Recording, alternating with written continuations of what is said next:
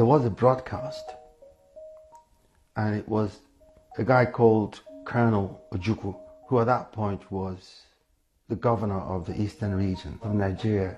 And this broadcast stopped everything in my street.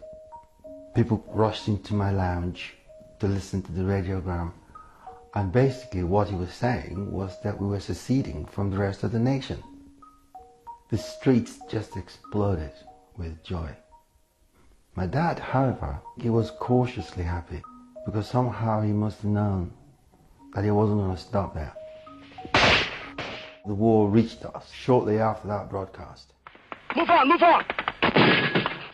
I saw all these people chucking their stuff and legging it and basically running for their lives.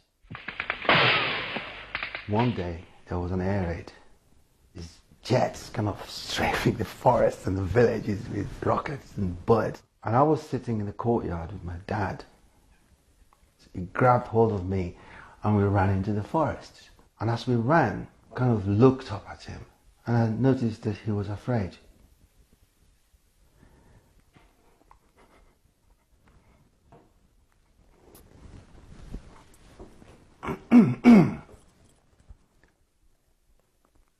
That was my first time I've ever seen my father scared. I shattered everything for me. And I thought, I'm not going to hang around to watch this. Before then, I'd noticed these kids in army uniforms kind of carrying guns, and some of them were captains in the army.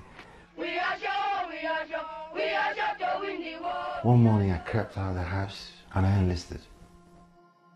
What we were trained for was to spy on the Nigerian troops. For some reason I actually thought I was invincible. After our training, we were due to be shipped out into the war front.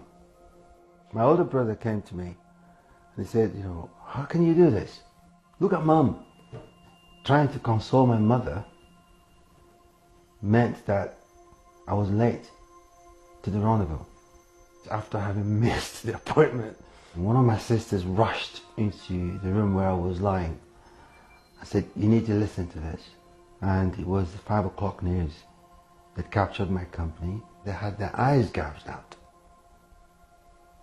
Up to this day, when I drive past that same route and I see these men who would be about my age, all sitting on the roadside, blind, begging for money. And I always wonder, were there some of my people there?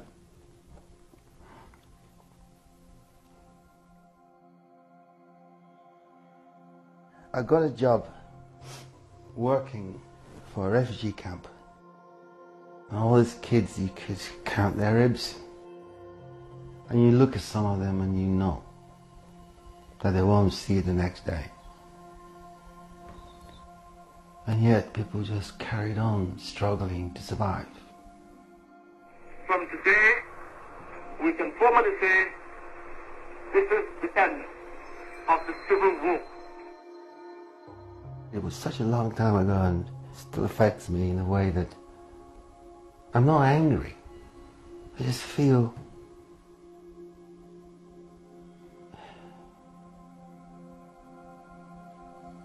pain.